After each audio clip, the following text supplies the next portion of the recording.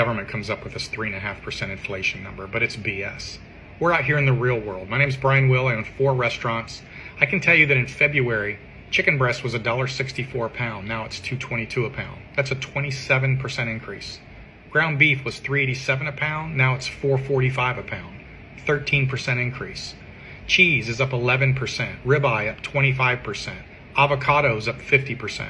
These are core staple items in a restaurant. And our average inflation-induced increase is over 20% just in the last 6 months. I would love it if it was only 3.5%, but that's just not real world. So do we raise our prices? Do we cut employees? Do we cut critical services? What are businesses supposed to do in this nonsense 3.5% inflation environment? It's just not real. Don't believe the hype, y'all. This Democratic propaganda machine never stops dishing out. Hey Veracity, welcome back to the channel. It's your girl VeraMoore. I'm back with another reaction video. Today I'm going to be reacting to Devin Gibson, and we have CNN host turned into a stuttering mess after Byron challenged her. Alrighty, let's go on, guys. Out lies. Inflation is not down. And these deceptive hosts like the one I'm about to show you over at the Clown News Network, they know it. And that's why I make and share videos like this so you don't fall for people like Kate Baldwin's misleading word games. Just listen to this headline from CNN. Inflation falls below 3% for first time since 2021. That means it was above that, and our everyday life costs were increasing more than 3% in 2022, 23, and half of this year. Just in case y'all don't know how inflation works, it's a compound factor. So over time, rates continue to stack on top of all the previous numbers. So when prices rise during the course of a year, those prices then become the starting point for the next year, and so on after that. We've seen our expenses drastically go up since Joe and Kamala stepped foot into that White House compared to when Trump was in office. So going down 3% ain't doing much of anything for anybody. The CPI just out this morning. This is the first time that overall inflation measured on year-over-year basis has come in below 3% since March of 2021, a trend that you could say would be good for the Harris campaign, maybe fueling the Fed to begin to cut interest rates in the fall. What's your reaction to it? My reaction to it is that Kamala Harris's administration with Joe Biden crippled families across our entire country. There was a video of a black woman being interviewed, I think by MSNBC, talking about how prices have gone up massively. A bell pepper that was $2 is now $5, and she was able to get through it. But what about a single mom with 2 kids, 3 kids doing everything to make ends meet? Well, the reason why those prices have been massively expensive is because Kamala Harris was the tie-breaking vote on Joe Biden's American Rescue Plan in 2021. She was the tie-breaking vote on the Inflation Reduction Act. All that did was create massive government spending, which created massive inflation on the backs of the American people. Overall, prices are up well over 20%, especially when you start getting into food and other areas like that. So Kamala Harris's record has been one of leaving working families behind. When Donald Trump was president, we didn't have a massive inflation. Our economy was growing massively at the same time. Working families were getting ahead. Middle-income families getting ahead. Everybody was thriving. I think so. The key issue is what was just brought up about which candidate is the candidate of political and economic change.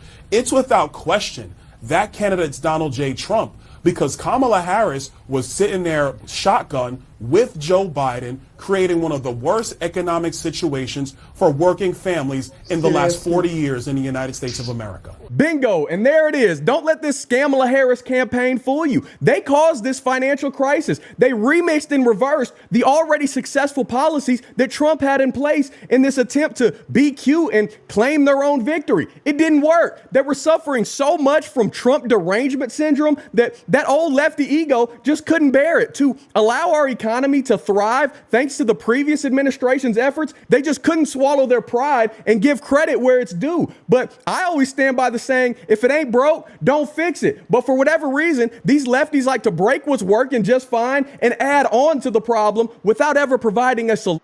Imagine getting a green card. Imagine waking up every day knowing you're not just working for a paycheck, but you're building a future. A future. The idea of change, though, is all about perception, right? I mean, it could be change from now or change from Trump or change from, left to right and where I was just yesterday. So change is a perception that is in the eye of the voter. And what Harry Enton was getting at on the issue of age is that in the analysis you can see that it's flipped for Donald Trump, that now more voters are seeing him as too old to be president compared to what voters thought back in May. Oh, that's what it is. Now Trump's too old to be the president. No, he's not. God's used men way older as leaders to serve his will in the past. So you can miss me with that crap. I know you may not believe in God if you're one of these radical lefties. Matter of fact, I know they don't. They don't look to Jesus Christ, the only way to heaven, but that's something that they got to deal with. I live in reality. I live in the factuals, the actuals. But y'all see what they do? We see CNN and MSDNC and ABC, which I consider all bull crap. We see these news media stations do this thing time and time again, where Byron was talking about economic issues and accountability for how we got to this point. And instead of Kate being, honest and saying, hey, Congressman, you're right about that, I agree with you. Instead, she immediately pivots to something completely irrelevant to avoid having to deal with the facts. We see lefties do it all the time. Some ignorant voters can perceive Trump being 78 is too old till the cows come home. But reality is the man is a billionaire. He's a business icon that knows his way around some dollar bills. He's proved that personally and politically. Before he was a politician, before he got elected in 2016, the man earned his wealth. You could say that he inherited stuff from his dad, blah, blah, blah. Do you got $1 billion? Do you got multiple billions of dollars? Okay, then shut up. I don't want to hear nothing. But unlike career politicians that we see getting rich off the backs of we the people after they get into office, you shouldn't care how old someone is if you know they're going to fight to keep money in your pocket and defend your God-given freedoms. Scamala will not do that. This was a Democratic problem. Is this now a Republican problem? Well, first of all, with the polling that you're talking about, I'm not totally surprised, because if you look at Kamala Harris over the last 24 days, what have we seen? She won't answer. Oh my God, so sorry, it is kind of raining. So yeah, the media thinks we are stupid, right? They think we are stupid. Kamala Harris will not answer questions. Yeah, I've seen a lot of videos where they interviewed her and she could not even answer the question. You ask her this, she goes, start saying stories of how she was born. Like, that is none of our business, right? So it is just crazy. All of a sudden, Donald Trump is now too old. Like, make it make sense. This makes no sense. Goodness. Let's go on, guys. Questions. She won't talk to your network or any other network. She has no specific policy. No, but this does matter. It does matter, and let me explain. If she won't answer questions, hard-hitting questions about her record and what she's going to do, not the fluff about joy and moving forward and freedom. We're talking about the real political and policy issues that are going to affect the American people. She's nowhere to be seen. She will not answer questions. She has not talked to the American people. On her own website, there are no policies. So it's easy to run as if you're a Hollywood starlet, but we're running for president. But you think when she sits for interviews, lays out policy, you think that's going to lead with more people thinking she is too old to be president? I'm trying to follow the line here. No, it's not about her age. It's about her ability and her competency to lead our country going forward. What's going to be her economic agenda? Is that going to be different from Joe Biden? I don't think so, because Susan Rice is on the record now saying that Kamala Harris was integral in the Joe Biden-Kamala Harris agenda. I just laid out for you that she voted and she broke the ties in the Senate to push Joe Biden's economic agenda. So she has to answer for that. What is she going to say? Oh, I just want to move forward. And let's go back to another one. When she ran for president in 2020, when she was in the United States Senate, she supported the massive Green New Deal. She supported Medicare for All, a co-sponsor. She ran on that in 2020. Now she's trying to throw out staffers to run away from that. So what I am saying is not about age, about being a candidate for political and economic change to help our country thrive. Whether you're black or white, rich or poor, middle income, it doesn't matter. That person's Donald J. Trump. It is not Kamala Harris. And that is my point was, I was asking about age, which is why I was, and you've brought up her not answering questions. You've also called her not competent, and On that, Nikki Haley has some advice her advice was for Donald Trump, but I guess it would apply to all Republicans, including yourself. All right, when Nikki Haley starts giving advice, that's when I check out, because I could care less about what a compromised warmonger's input is on what's best for us everyday Americans.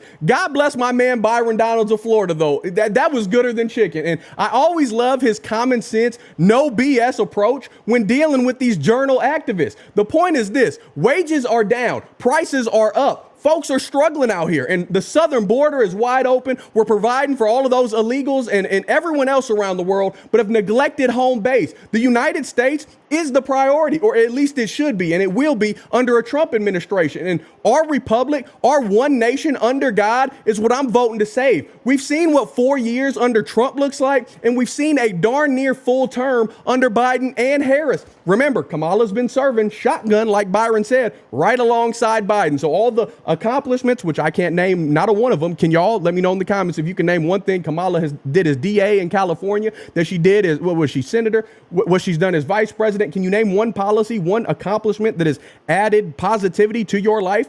I sure can't, but everything that Biden has failed at, Kamala, she gets credit for that as well. So use your brain and get out and vote red this November. Don't think that we got this thing in the bag and get lazy, because you need to cast that ballot. We saw what happened in 2020, or what's perceived to have happened in 2020. I still think it did, but is what it is. I don't want to get too far into that. I would like this video to remain public and able to be seen on YouTube. But more importantly than that, than voting, than all of these political disagreements and things that we talk about, which are important, we need to discuss these things. And that's why I expose the evil that's going on coming from the left. But you need to make sure that you've repented of your sins and have faith in Jesus Christ, because whether Trump wins or not, this world and everything in it is passing away. Only those of us that are saved will get to enjoy eternal salvation come Judgment Day. Now, of course, I got to dish out some biblical soul food for us to digest on and keep our minds aligned with the kingdom. Hopefully you'll stay, whether you're a believer or not. I hope you listen to this, because that's what's important. That's what's going to outlast all of these political disagreements,